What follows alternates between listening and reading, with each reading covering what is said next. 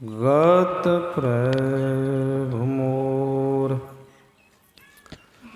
श्री सद्गुरु महाराज की जय। परमाराध्य आराध्य जी के श्री जुगल चरणों में कोटि सह नमन। मंच पर मंचासीन पूज्यपाद आचार्य स्वामी श्री पूर्ण चेतन जी महाराज के श्री जुगल चरणों में कोटि सह नमन। स्वामी विनय सागर जी महाराज, मंच पर मंचासीन पूज्य गुरुजन,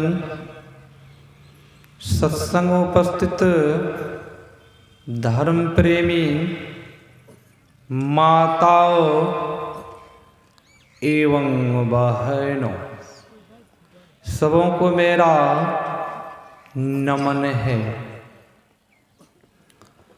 अभी हम आप सत्संग योग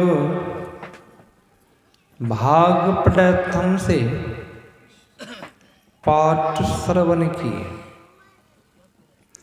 पाठ में हम आप सुन रहे थे ध्यान की विशेषता, ध्यान की महिमा।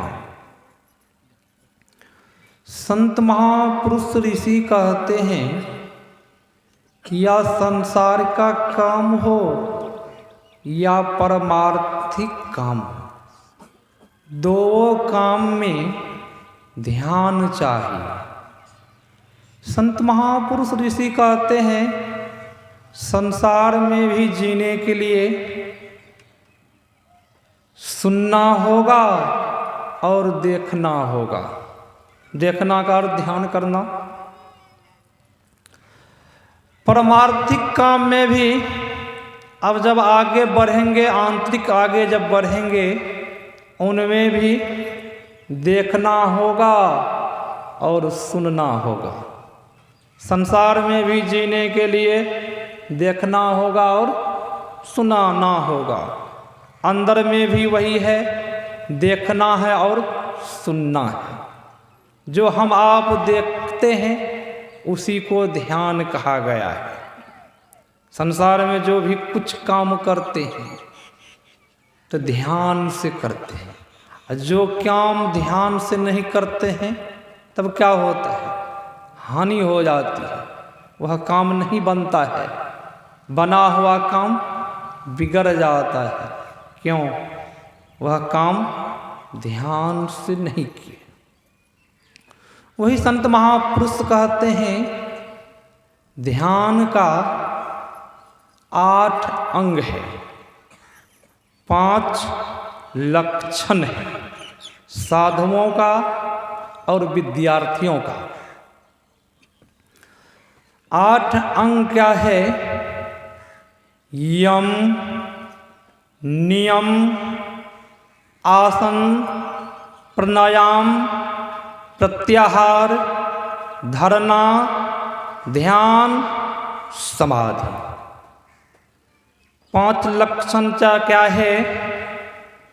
काग चेष्टा, बकु ध्यानम, स्वाम निंद्रा, अल्पहारी, गृह त्यागी। ये 5 लक्षण साधुओं का है और विद्यार्थियों का है। काग चेष्टा, कागा की, कौवे की बुद्धि तीव्र होती है, उनकी बुद्धि तीव्र होती है। उसी तरह विद्यार्थियों की बुद्धि तेज होनी चाहिए, तीव्र होनी चाहिए, और साधुओं की बुद्धि भी तीव्र होनी चाहिए, तेज होना चाहिए। कौवा बहुत तेज होता है, उनको देख लीजिए, बहुत तेज होता है वही। और बकु ध्यानम, बगुला भी ध्यान करता है। किनका ध्यान करता है बगुला?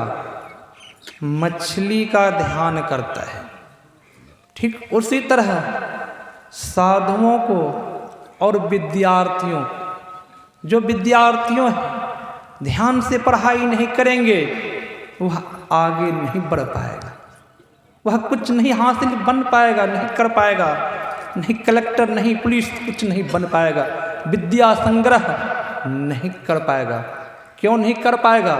ध्यान से नहीं पढ़ाई की। बहुत तो ऐसे विद्यार्थी ध्यान से नहीं पढ़ाई करते, वह कुछ नहीं प्राप्त कर पाता है, वह मूर्ख रह जाता है। क्यों? ध्यान से नहीं किया।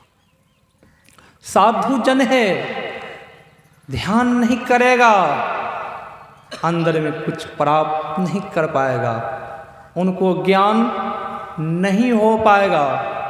परमाराध गुरु महाराज जी कहते थे, जो सन्यासी साधु ध्यान नहीं करेंगे वह कभी भी विषय वासना में गिर सकता है, उनका डर है कभी भी संसार जाल में फंस सकता है, यम के जाल में फंस सकता है। ध्यान में वह बल होता है, वह विषय वासना से छुड़ाता है। ध्यान करने से भगवान बुद्ध ने कहा है, ध्यान करने से ज्ञान होता है। ध्यान करने से तो आगे हम आप सुन रहे थे, स्वाम निंद्रा, जिस तरह कुत्ता सोते हैं उसी तरह विद्यार्थियों को सोना चाहिए, साधुओं को सोना चाहिए। तो उस तरह कैसे सोएंगे? उनके लिए क्या कर रहे हैं? अल्पाहारी। क्या कर दिए हैं? अल्पाहारी। कहीं कहीं जब स्वादिष्ट भोजन बनता है 2 रोटी ज़्यादा खा लेते हैं, तब क्या होगा? नींद अधिक आएगी, आलस आएगा। क्या आपसे भजन होगा? पढ़ाई कुछ नहीं, विद्या अध्ययन नहीं हो सकता। क्यों? आपने स्वाद में पढ़ करके अपना जीवन को बर्बाद कर दिया। उसी तरह साधु भी स्वाद में पढ़ करके अधिक खा ले, भोजन कर ले। बहुत भक्त होते हैं, महाराज क्या अच्छा भोजन नहीं बना है, आप बहुत कम खाते हैं। अब भक्त के पीछे पड़ के जब साधु सन्यासी जब ज़्यादा भोजन कर ले तो ज़्यादा अधिक नींद आएगी, उनसे भजन नहीं बनेगा, ध्यान नहीं होगा। भाई संत महापुरुष कहते हैं, संत बाबा देवी साहब परमाराध गुरु महाराज जी से कहे, लाला मुझे भजन सुनाओ। परमाराध गुरुदेव भजन गा रहे हैं, परम संत बाबा देवी साहब सो गए, सोते सोते खरट्टा लेने लग गए। तो परमाराध गुरु महाराज जी सोचे, संत बाबा देवी साहब लग रहा सो गए हैं, भजन बंद कर देते हैं। और संत बाबा देवी साहब जोर से डांटते हैं, क्या जी हम सो गए हैं, भजन गाना बंद कर दिया। मतलब क्या? अब देखिए बाबा देवी साहब खरट्टा ले रहे हैं, नींद में है, भाई सोए नहीं। वही है स्वाम निंद्रा। साधु सन्यासी कुत्ता की नींद में सोते हैं। और अल्पाहारी गृह त्यागी, गृह मतलब धन संपत्ति त्यागी। किनको? साधु और सन्यासियों को होना चाहिए गृह त्यागी। जो कोई गृह त्यागी नहीं होते, कोई सन्यासी है गृह त्यागी नहीं है, बार बार घर आते हैं, धन संग्रह करते हैं, क्या उनका मान सम्मान लोग देते हैं गांव समाज में? वह आगे नहीं बढ़ पाता है। साधु संतों को गृह त्यागी, विद्यार्थियों को भी गृह त्यागी होना चाहिए, तब वो कुछ प्राप्त करेगा। जो गृह त्यागी नहीं होता है, किसी विद्यार्थी को पढ़ने के लिए उनके पिता देते हैं, बार बार घर आता है, वह विद्यार्थी विद्या संग्रह नहीं कर पाता है। क्यों? गृह त्यागी नहीं है। वही संत महापुरुष कहते हैं, गृह त्यागी बनने के लिए तब आपसे ध्यान होगा। ध्यान से लाभ बहुत होता। आपने सुना कि ध्यान करने से कई जन्म के पाप पहाड़ के समान पाप हो जाता है, कई योजन के समान। वह पाप ध्यान के बल से नष्ट हो जाता है, गल जाता है, चढ़ जाता है। कहाँ? अपने अंदर में ध्यान करने से। बाबा देवी साहब कहते हैं, जो ध्यान नहीं करते हैं, भजन नहीं करता है, उनको बहुत बड़ी हानि हो जाती है। परमाराध्य गुरुदेव के शिष्य एक मुसलमान धर्म में थे। उनका नाम था खलील साहब। खलील साहब मस्जिद में नमाज भी पढ़ते थे और ध्यान भी करते थे। खलील साहब को इस्लाम धर्म के समाज के लोग सब, मुसलमान सब, उनको समाज से बार दिया, समाज से निकाल दिया। फिर भी खलील साहब कुछ नहीं बोलते हैं। जो संत होते हैं देखिए, वह कुछ नहीं बोलते थे। होते होते इस्लाम मुसलमान ने क्या किया, खलील साहब तो मस्जिद में नमाज पढ़ते थे और ध्यान भी करते थे। मुसलमान सब कहते थे, क्या आप हिंदू धर्म को अपना लिए हैं, आप इस्लाम धर्म को नहीं मानते हैं। खलील साहब ने कहा, मैं इस्लाम धर्म को ही मानता हूँ, मोहम्मद साहब को भी मानता हूँ। जो गुरु महाराज जी मानते हैं वो अभी मानते हैं। परमाराध्य गुरु महाराज जी भी मोहम्मद साहब को मानते हैं, मैं भी मानता हूँ। इस्लामों ने कहा, नहीं, आप नहीं मानते। उसने क्या किया, खलील साहब को एक रोज जबरन, कहीं खलील साहब जा रहे थे, जबरन उनको गाय का गोश्त खिला दिया। खलील साहब रोते रोते परमाराध्य गुरु महाराज जी के पास पहुँचे। गुरु महाराज जी से कहते हैं, हजूर, मुसलमान सब पहले मुझे समाज से बार दिया था, मुझे कोई दुख नहीं हुआ। मैं नमाज करता था मस्जिद में, तो वो लोग कहता था आप हिंदू धर्म को मानते हैं, मोहम्मद साहब को नहीं मानते हैं। मैं कहता था कि मैं मोहम्मद साहब को भी मानता हूँ, हमारे गुरु महाराज जी भी मानते हैं। तो वो लोगों ने क्या किया, मुझे गाय का गोश्त खिला दिया। परमाराध्य गुरु महाराज जी ने पूछा खलील साहब से, क्या जी, जिस समय गाय के गोश्त खिला रहा था, उस समय गाय के गोश्त तुम खाया था? तो खलील साहब ने कहा, हजूर, उस समय मेरा मन नहीं मान रहा था, वो लोग जबरन खिलाया। तो गुरु महाराज जी ने कहा, जब नहीं मन मान रहा था, तुम गाय के गोश्त नहीं खाया है, नहीं खाया, जाओ ध्यान करो। कब होता है? ध्यानी थे खलील साहब, जो नहीं खाए हैं गाय का गोश्त। तो उसी तरह हम आप जब ध्यान करेंगे, ध्यान का हमें आप 8 अंग सुने हैं। 8 अंग क्या है? पहला यम है, यम में है सत्य, अहिंसा, ब्रह्मचर्य का पालन। नियम में, यम में है सत्य, अहिंसा, ब्रह्मचर्य का पालन। पहले हम आपको यम जानना होगा।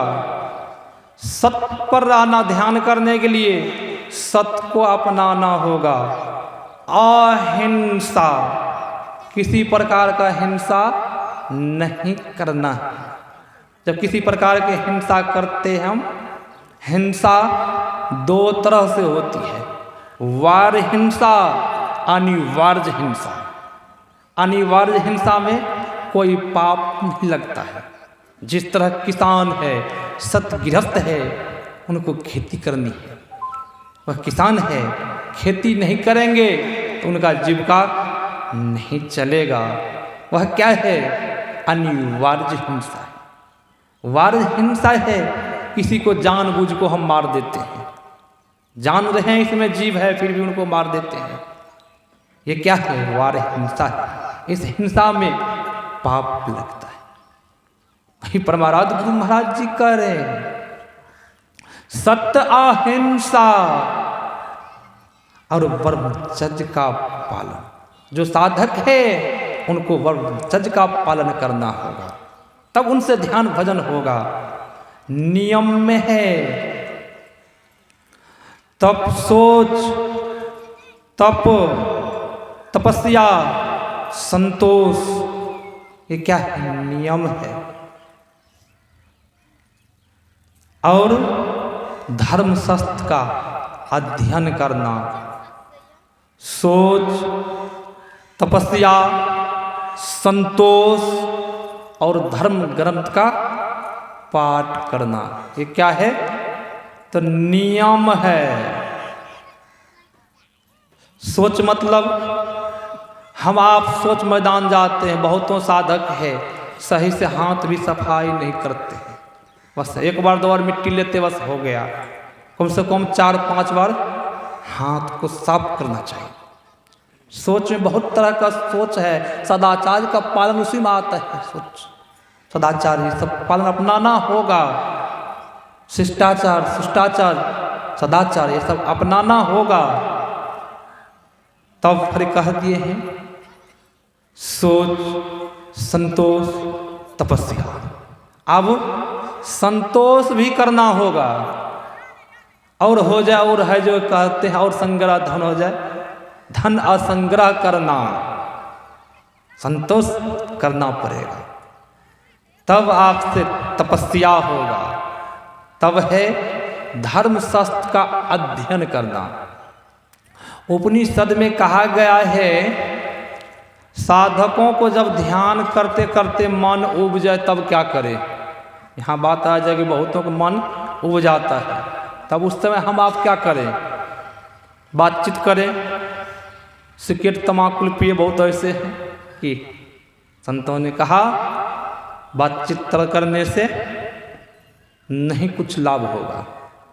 जब ध्यान से मन उब गया तब क्या करें? सबसे उत्तम वेद, उपनिषद, ग्रंथ, पुराण पढ़ेंगे तो सबसे उत्तम काम बतलाया गया है उपनिषद में। सबसे उत्तम काम है तो ध्यान है। जिंदगी में सबसे इम्पोर्टेंट काम है तो क्या है? तो ध्यान है। चाहे परमार्थिक काम हो या सांसारिक काम हो, दो काम में से कोई भी काम हो, सबसे इम्पोर्टेंट ध्यान। मानवों के लिए ध्यान है। और उत्तम ध्यान, मध्यम शास्त्र अध्ययन करना, धर्म ग्रंथ का पाठ करना, यह है मध्यम। जब साधकों को ध्यान करते करते मन उब जाए तो शास्त्र पुराण को पढ़े। जब शास्त्र पुराण पढ़ते पढ़ते मन उब जाए तब क्या करें? ध्यान करें। दो एक पूरक है। जिस तरह हम लोगों का हाथ पैर पूरक है, हाथ पैर के सहारे से हम आप चलते हैं, उसे वही क्या है? पूरक है। शास्त्र पुराण से मन उब गया तो ध्यान करें, ध्यान में बल मिलेगा शास्त्र पुराण पढ़ने से। फिर बताया गया है अधम है मंत्र जप करना, अधम काम है, उनसे नीचा श्रेणी का है मंत्र का जप करना। जब शास्त्र पुराण पढ़ते पढ़ते मन उब गया तब मंत्र का जप करें। उनसे भी अधमा, नीचा नीच बताया, नीचा श्रेणी के बताया गया है। अधमा अधम है तीर्थ भ्रमण करना।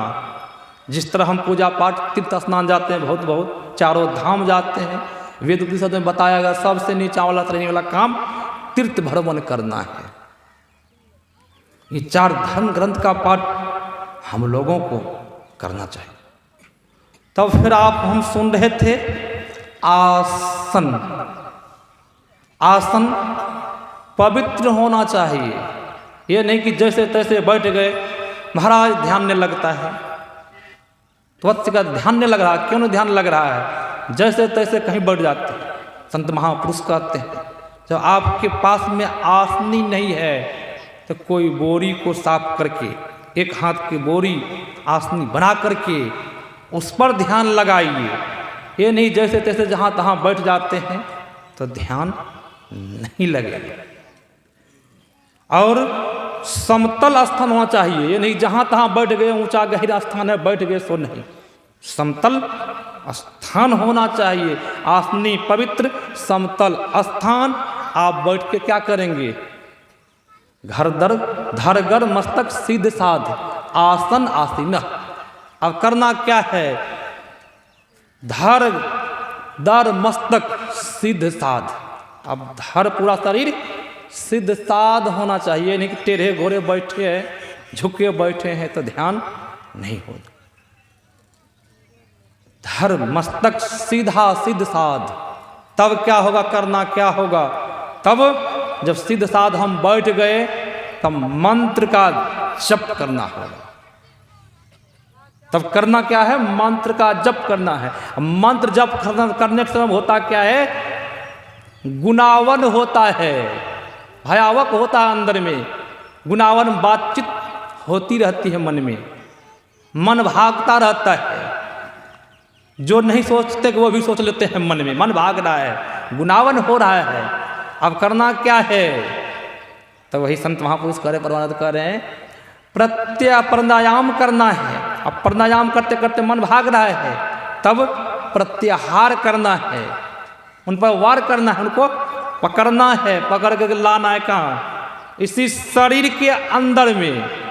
मन तो भाग रहा है, उसको प्रत्याहार करना है, मन भाग रहा कोई बात नहीं, अब तन को नहीं भगाना है, प्रत्याहार करके अपना तन में मन को फिर लगाइए। तब क्या होगा, इससे लाभ, जब मन लग गया, मन जिस तरह, चींटी को देख लीजिए, यहाँ परमानंद गुरु महाराज जी चींटी के दिए हैं, संज्ञा दिए हैं, जिस तरह चींटी को चीनी और बालू मिला के दे दीजिए। चींटी क्या करती है, चीनी को चुन लेती है और बालू को छोड़ देती है। चींटी अव्यक्त होगी वो काम करने में। उसी तरह हम आप जब अव्यक्त हो जाएंगे ध्यान करने में, तब मन थक जाएगा, तब मन नहीं भागेगा। तब क्या होगा, तब धारणा, तब ध्यान, ध्यान सातवां अंग है, तब ध्यान करना। अभी तो हम लोग ध्यानाभ्यास करो सद सद, अभी अभ्यास कर रहे हैं, तब धारणा, तब अंत में समाधि लगती है, समाधि की अवस्था आ जाती अंत में। जब इस तरह का हम आप जब ध्यान करेंगे तब अंदर में कुछ प्राप्त करेंगे, जब कुछ पा लेंगे तब पुनः इस संसार में आना नहीं पड़ेगा। तो यही आप लोगों की सेवा में, क्योंकि संत मत में समय का सीमा होता है, और कोई मत और कोई संस्था में जाएंगे उसमें समय का सीमा नहीं होता है। कथा होती है, चल रहा है, भक्त आ रहे हैं, कोई बात नहीं। संत मत में परमाराध्य गुरु महाराज जी सत्संग के समय को सीमा अनुकूल बताया है कि सत्संग समय अनुकूल होना चाहिए। और वैसे उनके गुरु बाबा देवी साहब एक बार आए थे भागलपुर मायागंज, देवी बाबू के आश्रम धर्मशाला में आए थे। वहाँ जब बाबा देवी साहब नहा धो करके फ्रेश होकर जब सत्संग करने के लिए गए, जब आसन पर विराजमान हुए, जब भक्त लोग आए, जब सत्संग सुनाने लगे, सुनाते सुनाते 12 बज गया। जब सब लोग भक्त चल गए, एक भक्त बच गए, जब वो भी चले गए, तब बाबा देवी साहब कहते हैं, लीजिए साहब अपना संभालिए, अब मैं भी जा रहा हूँ। ऐसे संत बाबा देवी साहब, परमानंद गुरु महाराज जी तो नियम अपना करके सत्संग करते थे। यही आप लोगों की सेवा मैंने सुनाया। श्री सतगुरु महाराज की।